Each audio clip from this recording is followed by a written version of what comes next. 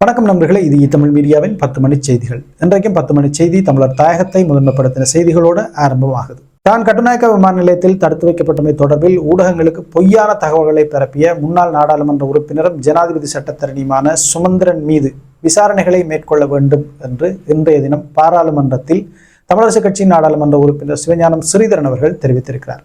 இது தொடர்பில் அவரால் பாராளுமன்றத்தில் அறிக்கை ஒன்று வாசிக்கப்பட்டது. அந்த அறிக்கையின் சிறு பகுதியை இந்த செய்தியில் நீங்கள் பார்க்கலாம்.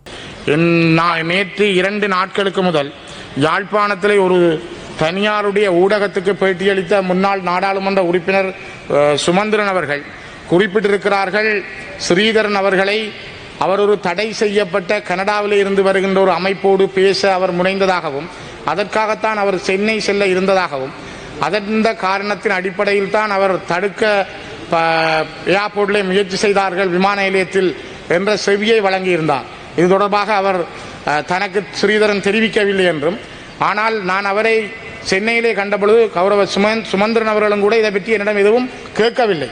ஆனால் சுமந்திரன் அவர்களை நீங்கள் இதை விசாரித்தால் அவர் சொன்னார், ஊடகங்களிலே வந்திருந்ததை நான் பார்த்திருந்தேன், ஊகத்தின் அடிப்படையில் ஸ்ரீதரனை சில வேளைகளில் அவர்கள் மறைத்திருக்கலாம் என்று.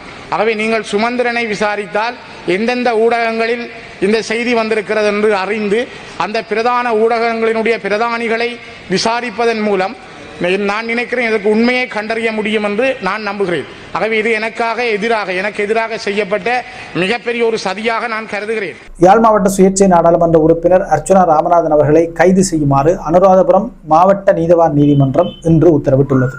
இது தொடர்பில் தெரிய வருவது என்னவென்றால், அனுராதபுரம் கல்வல சந்தி பகுதியில் போக்குவரத்து கடமையில் ஈடுபட்டிருந்த போக்குவரத்து போலீசாருடன் நாடாளுமன்ற உறுப்பினர் அர்ச்சுனா ராமநாதன் அவர்கள் நேற்று பின்னிரவு வாக்குவாதத்தில் ஈடுபட்டுள்ளார்.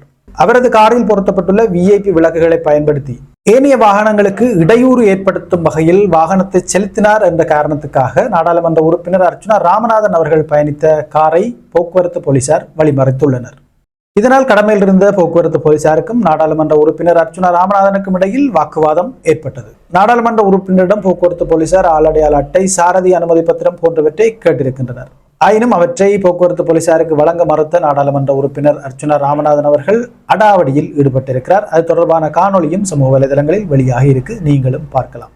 இந்த அடாவடி தொடர்பிலேயே இன்றைய தினம் காலை போக்குவரத்து போலீசார் அனுராதபுரம் மாவட்ட நீதவான் நீதிமன்றத்தில் வழக்கொன்றை தாக்கல் செய்திருந்தனர். அது தொடர்பான தீர்ப்பே நாடாளுமன்ற உறுப்பினரை கைது செய்யுமாறு இன்று மாலை வெளியாகி இருக்கிறது.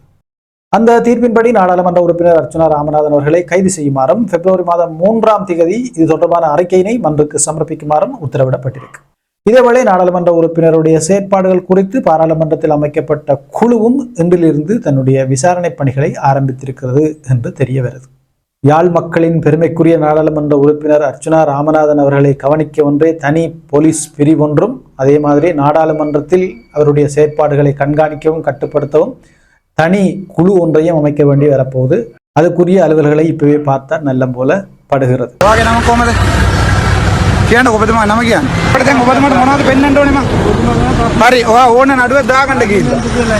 හරියට ආයි දුවන්න නෙමෙයි එන්න ඔය දුවන්න එපා. ඕක අපි අනිවාර්යෙන් දාන්න ඕනේ.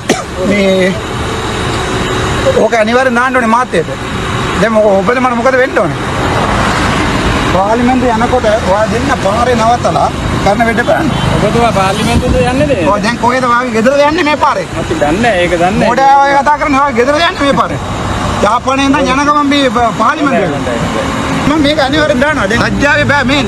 ඕගොල්ලෝ වගේ ඔෆිසර්ස්ලා දෙන්නේ 3 දෙනෙක් ඉඳගෙන තමයි ඔය යරා වැඩ කරන්නේ. පාරේ මේ නිකම් මිනිස්සු නවත්තලා මිනිස්සුන්ගේ සල්ලි ගන්න ඔයාලා දෙන්නා වගේ කට්ටිය තමයි. එතකොට පොලිසිය සම්පූර්ණ නම නැති වෙනවා. முல்லைத்தீவின் விசமடு பகுதியில் அமைந்துள்ள தேராவில் மாவீரர் துயிலும் இல்லத்தை தமக்கு வழங்க கோரி கடந்த வாரம் தேராவில் மாவீரர் துயிலும் இல்லத்தின் பணிக்குழுவும் மாவீரர் குடும்பங்களுடைய பெற்றோரும் கையெழுத்து போராட்டம் ஒன்றை முன்னெடுத்திருந்தனர். இந்த கையெழுத்து போராட்டத்தில் 2500க்கும் மேற்பட்ட கையெழுத்துக்கள் பெறப்பட்டிருக்கு. இந்த 2500 கையெழுத்துக்கள் அடங்கிய ஆவணமும் காணியை விடுவிப்பதற்கான மகஜரும் ஜனாதிபதி மற்றும் பிரதமர் ஆகியோருக்கு அனுப்பி வைக்கப்பட இருக்கு. எனவே இந்த ஆவணங்களை உரிய தரப்பினருக்கு அனுப்புமாறு கோரி நேற்றைய தினம் தேராவில் மாவீரர் துயிலுமில்ல பணிக்குழுவினராலும் மாவீரர்களுடைய பெற்றோர்களாலும் இணைந்து வடமாகாண ஆளுநர் வேதநாயகன் அவர்களிடம் கையளிக்கப்பட்டிருக்கு. பயங்கரவாத தடை சட்டத்தை நடைமுறைப்படுத்துவது அரசின் கொள்கை அல்ல. அது தொடர்பான புதியதொரு சட்டம் அறிமுகப்படுத்தப்படும் வரையில் மிக கவனமாக பயங்கரவாத தடை சட்டம் கையாளப்படும் என்று சொல்லியிருக்கிறார் பாராளுமன்ற சபை தலைவரும் அமைச்சருமான பிமல் ரத்நாயக்க அவர்கள். இன்று பாராளுமன்றத்தில் ஐக்கிய மக்கள் சக்தியினுடைய நாடாளுமன்ற உறுப்பினர் ரவுப் ஹக்கீம் அவர்கள் கடந்த வாரம் தமிழகத்தில் இடம்பெற்ற நிகழ்வு ஒன்றுக்கு செல்வதற்காக கட்டுநாயக்க விமான நிலையத்துக்கு வருகை தந்த நாடாளுமன்ற உறுப்பினர் சிவஞானம் ஸ்ரீதரன் அவர்களை தடுத்து வைத்து விசாரித்தமை தொடர்பான கேள்வியை இன்று பாராளுமன்றத்தில் எழுப்பினார்.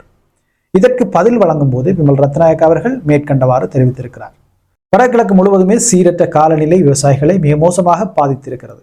இந்த பாதிப்புக்கு மத்தியிலும் விவசாயிகள் தங்களுடைய அறுவடையை தற்போது மேற்கொண்டு வருகின்றனர். இந்நிலையில் விவசாயிகளிடமிருந்து நெல்லை பெற்றுக் கொள்வதில் தெற்கிலிருந்து வந்திருக்கின்ற கொள்வனவாளர்கள் போட்டி போட்டுக்கொண்டு களத்தில் நிற்கின்றனர். இந்நிலையில் அறுவடை செய்யப்படும் விளைபொருட்களை கொள்வனவு செய்வதற்காக தெற்கிலிருந்து வாகனங்களோடு வந்திருக்கிற வணிகர்கள் போட்டி போட்டுக்கொண்டு களத்தில் நிற்கின்றனர். அவ்வாறு விவசாயிகளிடமிருந்து நெல்லை கொள்வனவு செய்வதற்காக பரந்தன் குமாரபுரம் பகுதிக்கு வந்த கொள்வனவாளர்கள் மிக மோசமான மோசடியில் ஈடுபட்டிருக்கின்றமை கண்டுபிடிக்கப்பட்டிருக்கு. விவசாயிகளிடமிருந்து பெறப்படும் ஒரு உரபேக் நெல்லில் 10 கிலோ நெல்லை தராசில் எடை போடும் போதே விவசாயிகளுக்கு தெரியாத முறையில் அந்த கொள்வனவாளர்கள் கழித்திருக்கின்றனர். இவ்வாறு கொள்வனவாளர்கள் நெல்லை எடையிடும் போது அதில் ஏதோ தவறு நடக்கிறது என்பதை ஊகித்துக் கொண்ட விவசாயிகள் சந்தேகம் கிளப்பியிருக்கின்றனர். எனவே இது குறித்து உடனடியாகவே போலீசில் முறைப்பாடும் செய்திருக்கின்றனர். இந்த முறைப்பாட்டுக்கு அமைவாக கொள்வனவாளர்கள் வைத்திருக்கின்ற தராசை பரிசோதித்த போது ஒரு உரபேக் நெல்லுக்கு 10 கிலோ நெல் குறைவாக அளவிடப்பட்டமை தெரிய வந்திருக்கு. எனவே இது குறித்த எடைகுறைப்பால் பாதிக்கப்பட்ட விவசாயிகளுக்கு போலீசார் தலையிட்டு அவர்களிடமிருந்து மோசடியாக பெறப்பட்ட நெல்லுக்கான உரிய விலையை பெற்றுக் கொடுத்திருக்கின்றனர். விவசாயிகள் உண்மையிலேயே பாவம். ஏற்கனவே மழை எல்லாத்தையும் அடிச்சு கொண்டு போய் நோய் தாக்கம் மிச்சத்தையும் அடிச்சு கொண்டு போய் அங்க மிஞ்சின எச்ச சுத்தத்தான் இப்போது அறுவடை செய்திருக்கிறோம். அந்த அறுவடையிலையும் இப்படியான மோசடிகளை செய்ய நினைக்கிற இந்த கொள்வனவாளர்களின் மனம்தான் எப்படிப்பட்டது. ஏற்கனவே அரசாங்கம் நெல்லுக்கான நிர்ணய விலையை 125 ரூபாய் என்று நிர்ணயம் செய்திருந்த போதும் கூட 100 ரூபாய்க்கு தான் இப்ப நெல் கொள்வனவு செய்யப்படுது. எனவே விவசாயிகளின் வயிற்றில் அடிக்க களத்துல நிற்கிற இந்த கொள்வனவாளர்கள் குறித்து அரசு உரிய நடவடிக்கை எடுக்க வேண்டும். இதுவும் ஒரு வகையான அரிசி மாஃபியா தான். யாழ்ப்பாணத்தின் குருநகர் பகுதியில் நேற்றைய தினம் 108 கிலோ கஞ்சாவுடன் 4 பேர் கைது செய்யப்பட்டிருக்கின்றனர். அதில் 2 குருநகரைச் சேர்ந்தவர்கள், மற்ற 2 பூநகரி மற்றும் மன்னார் பகுதிகளைச் சேர்ந்தவர்கள் என்று தெரிய வந்திருக்கு. கடந்த வாரம் குருநகர் பகுதியை விசேட அதிரடிப்படையினர் சுற்றி வளைத்து சோதனைகளை நடத்தியிருந்தமை குறிப்பிடத்தக்கது. நீதிமன்ற தடை உத்தரவு பெறப்பட்ட நிலையில் கடந்த ஞாயிற்றுக்கிழமை கல்முனை பகுதியில் திருவள்ளுவர் சிலை ஒன்று திறந்து வைக்கப்பட்டது. கல்முனை மாநகர சபையின் கிட்டங்கி வீதியில் அமைந்துள்ள கல்முனை தமிழர் கலாசார பேரவை வளாகத்திலேயே இந்த திருவள்ளுவர் சிலை போலீஸ் பாதுகாப்புக்கு மத்தியில் திறந்து வைக்கப்பட்டது. கல்முனை பகுதியில் நிறுவப்பட்டுள்ள இந்த திருவள்ளுவர் சிலையானது அனுமதியற்ற கட்டுமானம் என தெரிவித்து வரும் 7 நாட்களுக்குள் அந்த சிலையை அகற்றுமாறு கல்முனை மாநகர சபை கடிதம் மூலமாக குறித்த அமைப்பினருக்கு அறிவித்துள்ளது. வடக்கு கிழக்கு முழுவதுமே இந்த திருவள்ளுவர் சிலை பிரச்சனை ஒரு பெரிய பிரச்சனையாக மாறி வருகிறது. நேற்றைய தினம் யாழ் ஊடக மையத்தில் அகில இலங்கை திருவள்ளுவர் மகாசபை என்கிற அமைப்பு ஊடகவியலாளர் சந்திப்பொன்றை நடத்தி இருந்தது. அந்த சந்திப்பில் எதிர்வரும் 26ஆம் திகதி குறித்த திருவள்ளுவர் மகாசபையின் பவள விழா நிகழ்வுகள் யாழ்ப்பாணத்தில் இடம்பெறும் என்று அறிவித்திருக்கு. வரும் 26ஆம் திகதி இந்தியாவின் குடியரசு தினம் ஆகும். எனவே அந்த குடியரசு தினத்தை கௌரவிக்கும் முகமாக இங்கே யாழ்ப்பாணத்தில் திருவள்ளுவர் மகாசபையின் பவள விழா கொண்டாடப்பட இருக்கு. அதே போல பிப்ரவரி மாதம் 2ஆம் திகதி யாழ்ப்பாணத்தின் மாவட்டபுரம் பகுதியில் அமைக்கப்பட்டு வரும் சிவபூமி திருக்குறள் வளாகமும் திறந்து வைக்கப்பட இருக்கு. இந்த திறப்பு விழாவில் பிரதம அதிதியாக புதுடில்லி உச்சநீதிமன்றத்தின் நீதியரசர் ஆர் மகாதவன் அவர்கள் கலந்து கொள்ள இருக்கிறார். இலங்கையில் தமிழர் தாயகத்தை மையப்படுத்தி இந்த திருவள்ளுவர் சிலைகள் அமைக்கப்படுவது ஒரு பிரச்சனையாக மாறும் போலத்தான் கிடக்கு. தமிழர்கள் யாருமே திருவள்ளுவருக்கு எதிரானவர்கள் அல்ல. ஆனால் ஒரு தேசத்தின் ஆக்கிரமிப்பு அடையாளமாக திருவள்ளுவர் சிலைகள் மாற்றப்படுவதை தமிழர்கள் ஒருபோதும் ஏற்றுக்கொள்ள மாட்டார். இந்தியாவால் யாழ்ப்பாணத்துக்கு அமைத்துக் கொடுக்கப்பட்ட யாழ்ப்பாண கலாச்சார மையம் கூட அண்மையில் திருவள்ளுவர் கலாச்சார மையம் என பெயர் மாற்றம் செய்யப்பட்டது எல்லோருக்கும் நினைவிருக்கும் என்று நினைக்கிறேன். இலங்கைக்கு அகதிகளாக வந்துள்ள ரோஹிங்கியா முஸ்லிம் அகதிகளை மீள அனுப்ப வேண்டாம் என தெரிவித்தும் அந்த அகதிகள் விடயத்தில் சர்வதேச நீதி நியமங்களை கடைபிடிக்குமாறும் கோரி அண்மையில் முல்லைத்தீவு மாவட்டத்தின் மாவட்ட செயலகத்துக்கு முன்பாக போராட்டம் ஒன்று முன்னெடுக்கப்பட்டிருந்தது. அந்த போராட்டத்தை வடகிழக்கு ஒருங்கிணைப்பு குழு ஏற்பாடு செய்திருந்தது. இந்த போராட்டத்திற்கு பின்னர் இந்த போராட்டத்தை ஒழுங்குபடுத்திய வடக்கு கிழக்கு ஒருங்கிணைப்பு குழுவின் இணை ஒருங்கிணைப்பாளர்களில் ஒருவரான ஜாட்சன் பிஜிராடோ அவர்களை குற்றப்புலனாய்வு திணைக்களம் விசாரணைக்கு அழைத்திருந்தது. நேற்றைய தினம் அவர் விசாரணையை எதிர்கொண்டிருந்தார்.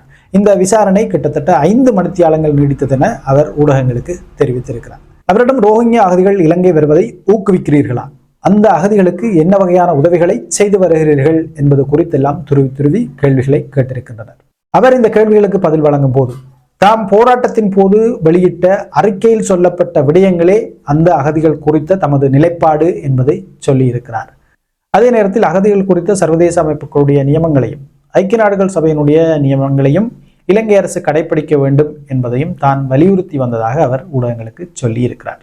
அகதிகளை நாடு கடத்த வேண்டாம், அகதிகளுக்கு உரிய உரிமைகளை வழங்குங்கோ என்று சொல்லி போராட்டங்களை நடத்தினதுக்காகவே 5 மணித்தியால விசாரணை. இதைத்தான் சிஸ்டம் சேஞ்ச், பொறிமுறை மாற்றம் என்று எல்லோரும் சொல்லி விளம்பரம் செய்தனர்.